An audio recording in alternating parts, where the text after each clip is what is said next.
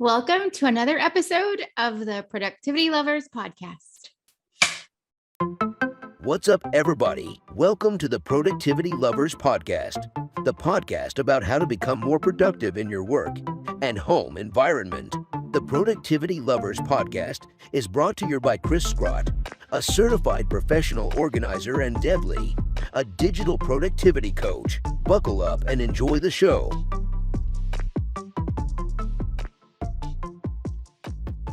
Yay. Hi, everybody. All right. How's it going? Hello, hello, hello. Hi, Deb. How are you? I'm fine. As always, very happy to see you. I'm always happy to see you. I feel like I'm always taking my socks when we're recording podcasts. Well, isn't that a little interesting tidbit? I have always been a person that likes to walk barefoot. Really now? Yeah, I am the complete opposite. I grew up like that, and I just like not even flip-flops? Just no. Wow. No flip-flops. I don't like flip-flops. I don't like slippers. I don't like fuzzy things. Oh my goodness. What is wrong with you? I don't know. I'm feeling a little shame about that. I'm either wearing shoes or not wearing anything. I do like sandals, but that's the spectrum right there. Wow. I can remember very clearly as a child, everyone else running around barefoot. I am the lone kid that would go get the flip-flops. Yeah. That was always me. Yeah. It's really funny that this is just another way that you and I are a little different. Just a tiny bit.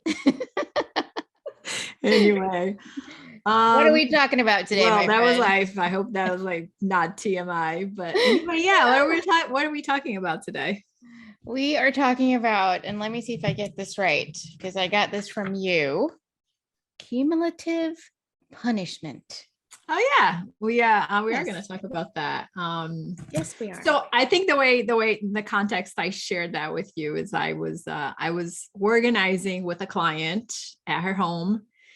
And she started talking about having goals, which I think is when you're trying to be productive, it seems very normal that you would set up really good goals for yourself.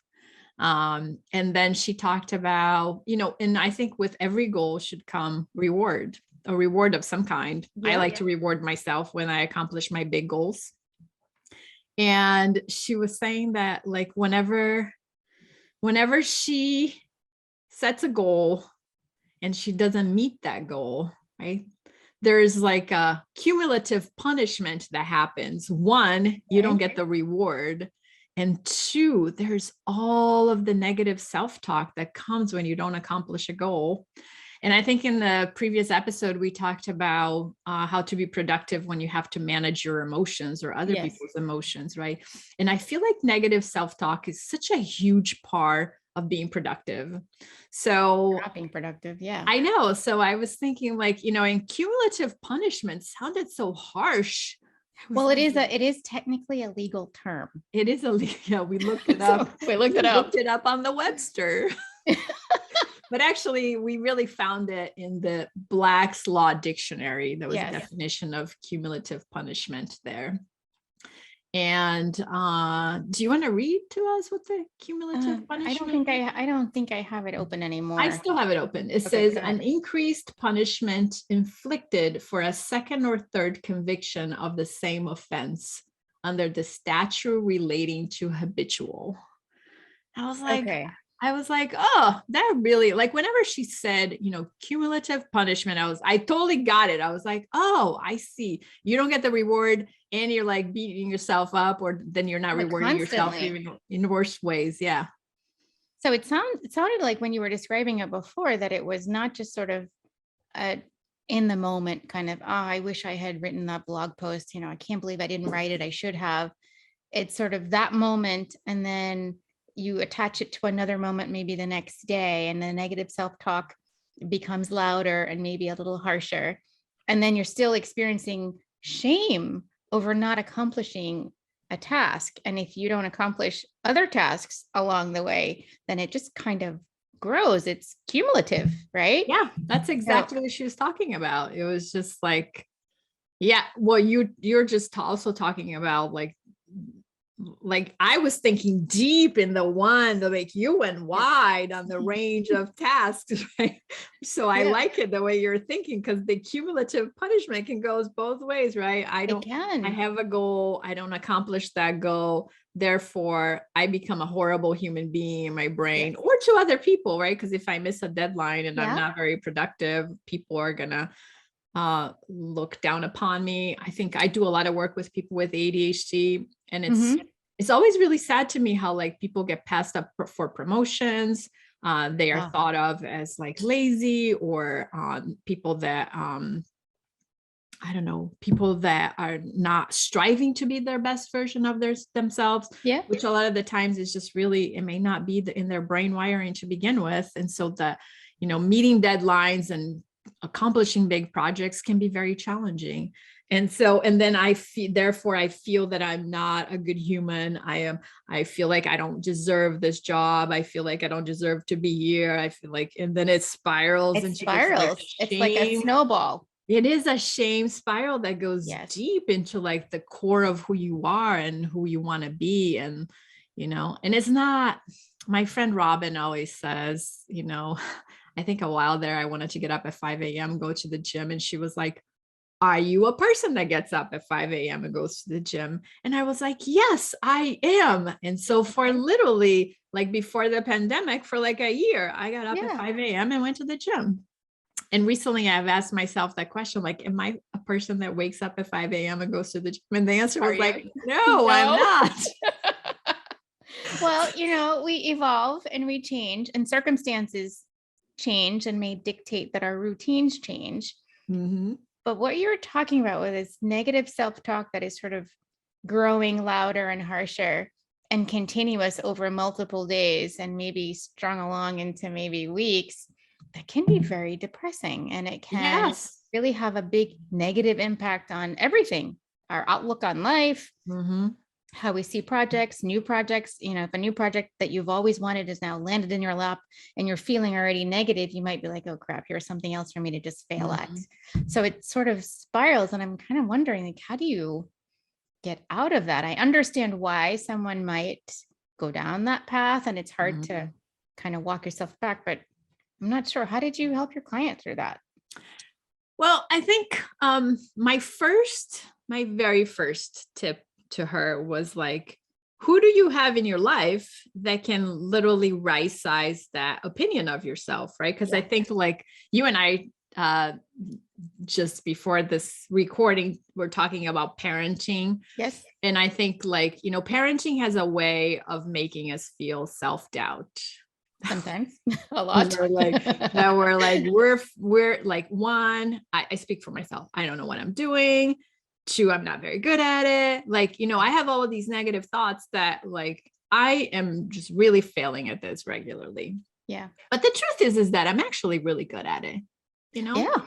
The truth is that I put effort into it. I show up as the best version of myself. And so I think when people are spiraling, like we need somebody that reminds us that that is not really that is not our reality of who we are. It's the reality of this very moment.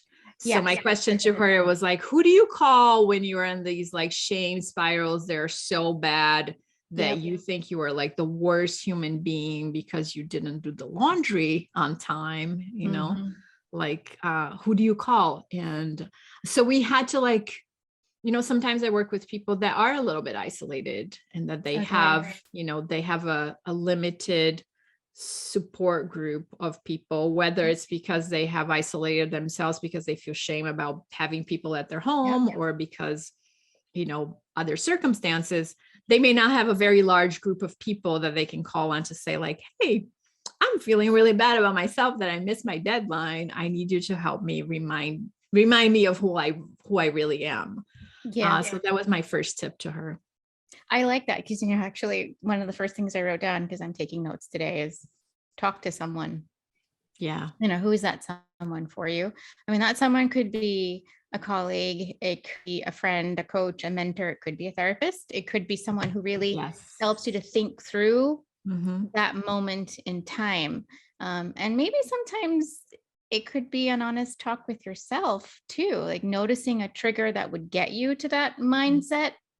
And maybe that trigger will say to you, oh, wait, I think I'm going down that road. Maybe let me head this off at the pass, sort of switching the negative self-talk around a little bit, like, okay, so I missed the deadline, not what I wanted to have happen. So what's my next step? Yeah. Right. Not all the steps, not everything. Like, okay, how can I turn it around? What's that next thing that I can do to just kind of turn the boat around, right the ship, whatever those cliches are, so that I don't sit in this, sort of pool of negativity. So I think partly it's our taking ownership for that, but also seeking out others, people who can help us be realistic, reasonable with ourselves, because I mean, we're human, we're going to fall short at times, miss deadlines, all kinds of things. So definitely, I think trying to find that person, but also looking inward and finding a way that we can, I know easier said than done, right? Because when you're in it, I love the idea of talking to yourself, right? I talk to myself all the time. Honestly, I talk to myself all the time too. I talk myself out loud, like we're doing here. I'm like, oh, don't be so harsh on yourself. Like, I do try to use like my Cris friendly voice to my own self. That. I mean, like if I was talking to my friend, I would be like, oh, you just should give yourself some compassion, like self-compassion right now. Right. So I do it verbally out loud when I try not to do it when there's people around, but sometimes they overhear me and I'm like, oh, it's okay. I'm talking to myself. Don't worry about it. But it's a good talk. It's all right. It's friendly talk. But two, I write sticky notes to myself. Right. Oh, nice. And I post them like, since I moved, I haven't posted it up, but I used to have this beautiful little magnet board in my bathroom. What I wrote self-love notes for myself all the time. Right. Cause I needed to remind myself that like, I'm doing okay. And sometimes it's like, some days are not as good, but for the most part, I'm doing okay. I think that's what we do with like mantras and quotes that we like. We print them out, we frame them, or we put them up someplace where we see them all the time. Or we have a list of accomplishments that we have done or made in the last day or week or whatever it is. And sometimes it's nice to look back at that on days when you are just feeling like nothing is going right. So you can remind yourself that, yes, you can have a hard day, but you can do hard things. You can do hard things well, and you can be a great success in many other ways. Today is just a moment in time. So how do we sort of, isolate those feelings to that moment and not allow it to carry over into days and weeks and months?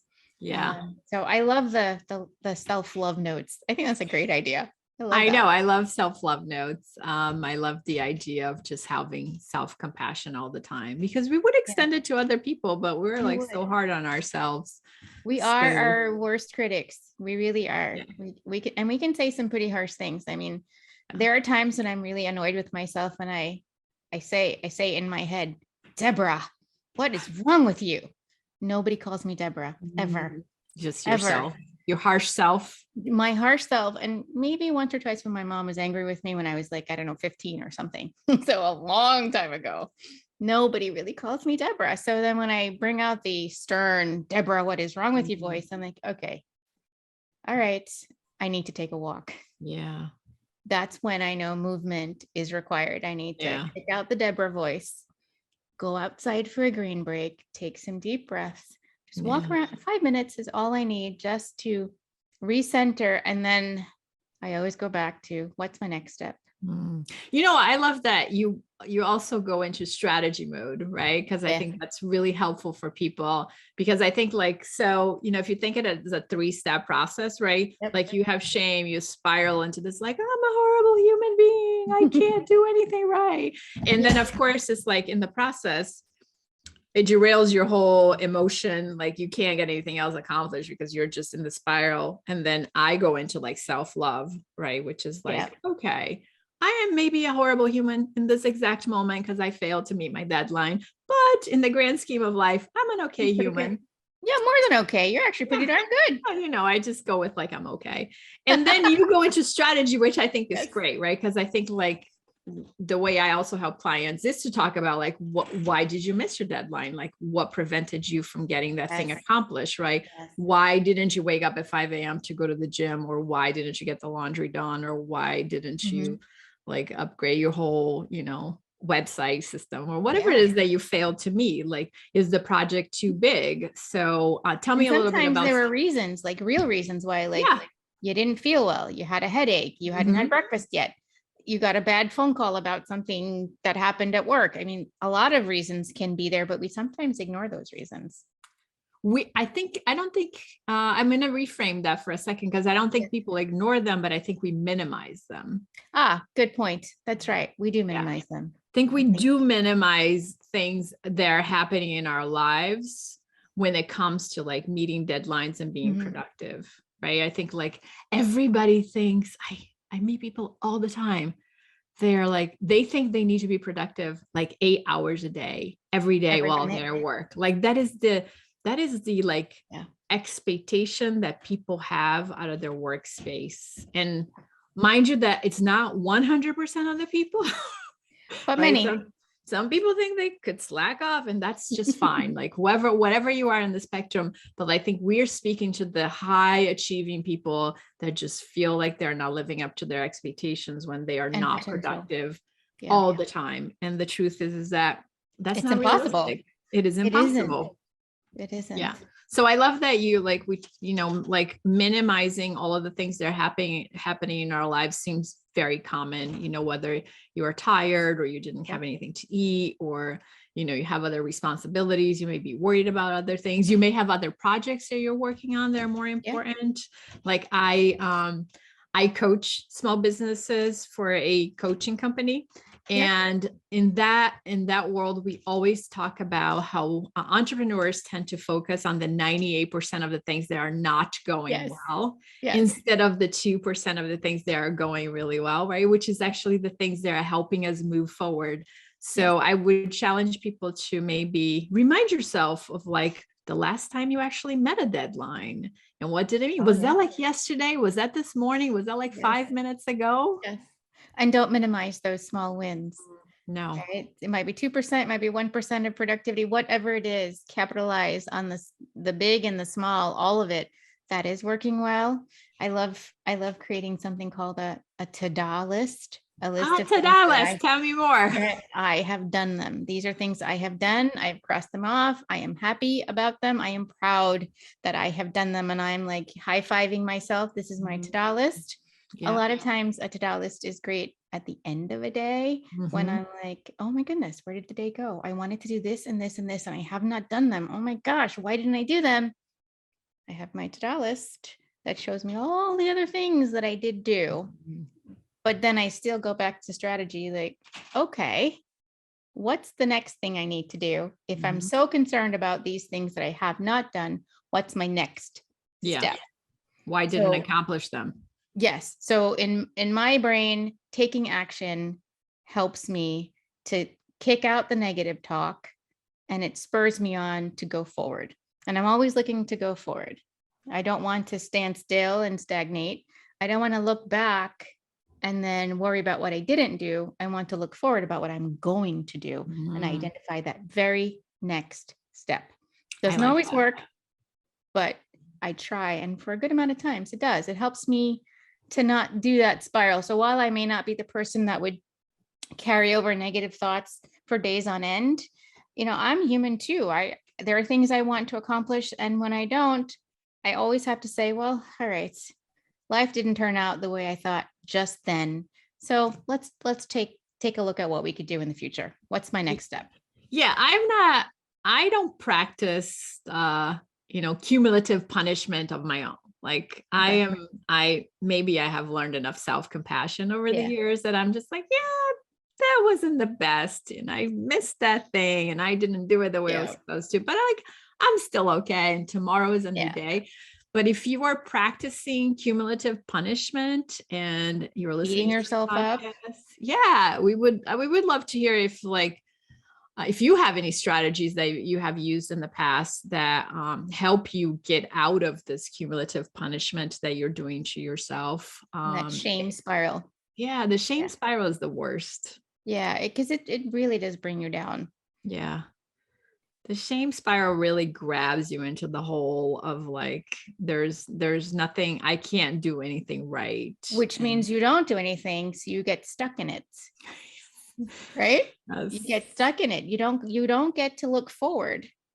You don't get to sort of put on your, grab your magic 8-ball and say, okay, what now? Because you're stuck in this mire. You're stuck in this muck of stuff, this negativity. So I totally would love to encourage people to really think through, how can I get out of, before we even get there? Like, what are some things I can do before it spirals and it gets out of control? Yeah. Yeah. So I think just to recap some of our ideas, right? One was to Talk to somebody. Yes. Talk to yourself. Talk to yourself. Talk to yourself kindly with compassion and love and understanding. Not like your boss would talk to you. Well, hopefully you have a really lovely boss who does talk to you with a nice, very compassionate true. voice, You right? have a lovely So all the boss. bosses out there who are compassionate, yay you! We like that. That's very true. That was very discriminating of bosses. Sorry, bosses. I'm a boss too. There we go. So talk to yourself kindly. Sticky notes, love notes. Love notes to yourself, yes. A to-do list. To-do list. I think that is like I am a person that loves, when I make a to-do list, and I write a lot of to-do lists. So I'm a fan of writing things down, but yes, I'm a person that if it's not on my list, I add to the list so I can cross it off. That brings me a lot of happiness. Oh my goodness. My happiness meter just went up listening to you say that, because I do it all the time. Love it. I do it all the time too. I'm like, oh, that wasn't on my list. I'm going to add so I can cross it off. So, but if you fail to create a list to begin with, just have a to-do list. I mean, that brings me joy for you, just as I'm talking about it. Yeah. I saw it somewhere. I forget. Somebody called it a to-do list. Other people call it a done list. To-do just sounds happier. Kind of like it sounds like showgirlish, like, there you go. Put your hands up and like celebrate.